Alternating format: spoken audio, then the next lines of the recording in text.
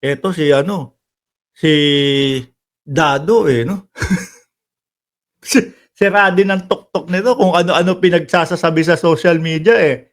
O ayan na nga po mga kababayan, yung huling topic natin. No? Ayan na.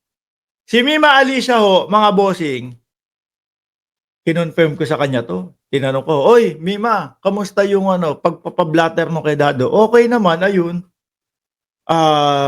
Kinuha yung pangalan ko at tinignan daw ho mismo yung mismong vlog ni Dado. Sabi ko, dapat i-save mo yan. No? Sabi niya, hindi, tinignan ko lang dun sa mismong channel niya eh. Sabi ko, wag kang mag-alala. May nakasave ako dyan. No? Sinesave ho kasi namin lahat mga kababayan yung mga ginagamit namin ditong mga ebidensya. Sinesave po namin lahat yung mga materyales na ginagamit namin sa vlog. Oh. Kaya isesend lang natin kay Mima Alicia yon. Sabi dito ni Mima Alicia, pinablatter ko na si Dado. Oh, yan ha. Grabe naman kasing mag-vlog to. Akala mo wala nang bukas? Akala mo yung kapag yung binengbeng siya, tatagos yung bala sa kanya? Galit na galit. Oh, pumunta ako sa police station para i-blatter si Dado. Paano yan? At ang nakikita ko ho, mga kababayan, mga boss chief amo sir dito ha, hindi lang po si Mima Alicia. Hindi lang po si Mima Alicia ang magpapablatter, no? O magrereklamo kay Dado. Meron po akong mga nakausap na mga vlogger. Nakakasuhan at handang kasuhan po si Dado, mga kababayan. No? Ipine-prepara pa lang po. Hindi po natin mapapalampas 'yon. Ako nga ho kung nasa Pilipinas ako at kung maaasikaso ko si Dado, isa ako sa maghahabla diyan eh. No? Isa ako doon sa pupunta at magpapa-blatter din sa police station eh. Buhay ho ang pinagbabantaan nitong mga to. Si Dado. May nalalaman pang ano ba yun? Kapitan ba nila o kung ano yan po? Akala mo naman talaga sasabay, ano? O Dado, ilan ba mga kasama mo dyan? Kung sakali na tototohanin mo yan. O. Hindi ho ba? Tingin mo ba pag nakita mo, kunyari ako na lang, pag nakita mo ako sa kalsada, paano kapag nakita mo may 6 o 8 akong kasama na lahat armado din, tapos lisensyado. Bakit?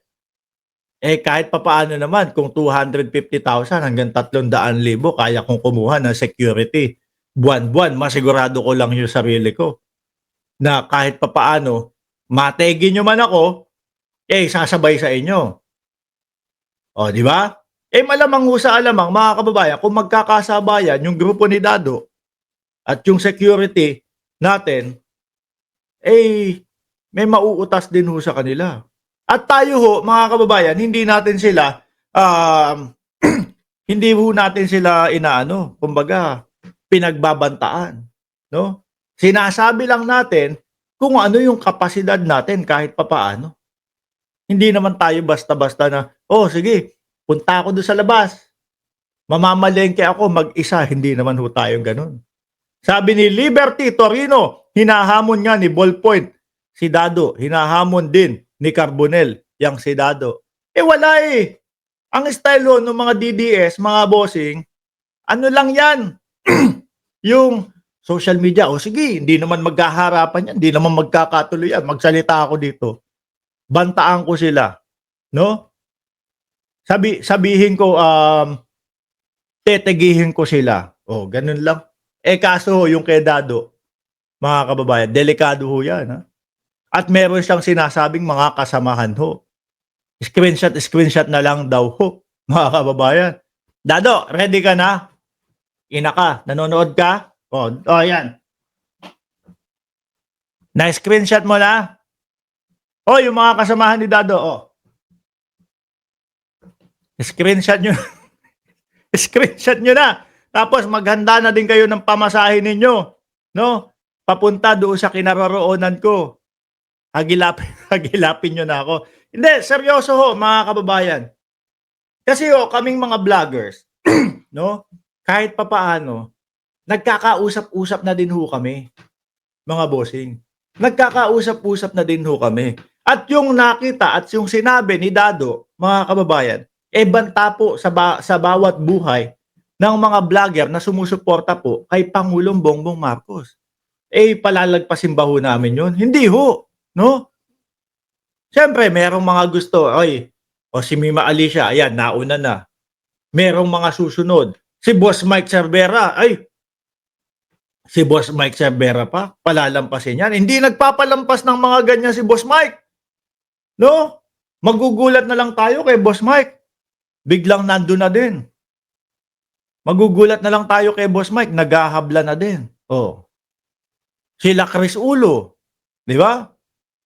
Ang nakita ko doon sa vlog ni Chris Ulo, hinahamon din tong si Dado. Sabi ni Emotera 23, matapang lang yan, mga yan, sa kuda, wala namang gawin nila, wala sa gawa, gawin nila para malaman nila ang hinahanap nila. Baka ho sa susunod na mga araw, nagtatago na lang ito. Tapos ano sasabihin? Naku, ayun ho, sasabihin ng mga vlogger nila, sila Maharlika, naku, ayun ho, dahil ho si Dado, sumusuporta kay Vice President Inday Sara Duterte, ayun, sinisikil na din po ang karapatan. Pero wag kayong mag-alala dyan. No? Lahat po, mga kababayan, ng mga pinagsasabi nila, lahat po ng mga banta nila, mga bossing, isinave po namin. No? Nilagay po namin sa aming mga computer para pag sa ganun, pag nagkahanapan po ng ebidensya, kumpleto rekado po kami. Hindi yung, nasaan na yung ebidensya mo na pinagbantaan kayo? Ay, wala po, di ko na-save. Binura na ni Dado. Di ba? Binura na ni Dado. Wala na. Ready po dapat lagi tayo. Di ba? Mga kababayan, sabi ni Ginger Cat, ipahunting na iya si Dado. Kailangan maunahan, no? Kesa maunahan tayo. Nananawagan po kami, Ayan, may isa na pong pumuntang vlogger at masusundan pa po yan. Nananawagan kami sa PNP, no? Nananawagan kami sa mga kinauukulan na kailangan makita po nila itong ginagawang pagbabanta sa buhay po ng mga vlogger. No? Hindi po basta-basta yan. Nako, threat ho yan, mga bossing. Sabi ni Nico Santos, boss, bunganga lang ang tapang. Wala namang yagballs yan dito sa Cavite. Taga Cavite pala si Dado. Wala namang yagballs yan dito. Ito ba si Dado? May sapak? Di ba, Ricky Rase? Kung ano-ano pinagsasasabi. Pati po yung mga pagbabanta, madidiin magbanta Yung tipo bang parang may sapak lang yung mga makakapagsabi ng mga ganun. Dapat usap-usap kayo, Sir Mark. Pwede kasuhan nyo lahat ng mga vlogger ng PBBM. Magkakausap po kami. Ano po?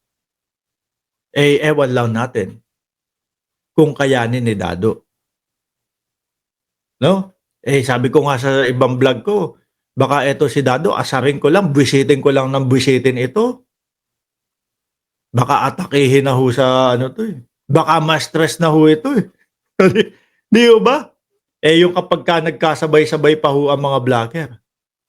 Ulitin ko, mga kababayan, magkakausap po kami lahat, no? Dahil ito pong mga sinabi ni Dado, banta po sa bawat isa ng buhay ng mga vlogger na sumusuporta po, na naniniwala po sa gobyerno ng Pilipinas. Hindi po palalampasin ng mga vlogger to, mga kababayan. No? At marami pa pong mga vlogger ang lalabas para tumindig po, no? Ayan, sabi, boss, tegi na daw si Takero, sabi ni Palakang Kokak, Diyos ko Lord. Yan na lang ba yung mga ibabalita ng mga DDS? Anyway, mga boss, Chief Amo, sir, no? Hindi, uulitin ko hindi namin palalagpasin ito. At kung sakali na meron mga darating at magkakaso, nakasuporta ako sa inyo. Kung kailangan nyo ng lawyer, meron tayo. Kung kailangan nyo ng suportang pinansyal, nandito tayo. Okay? Sige, maraming salamat muna sa inyong lahat and God bless po sa ating lahat. Okay, paalam po muna.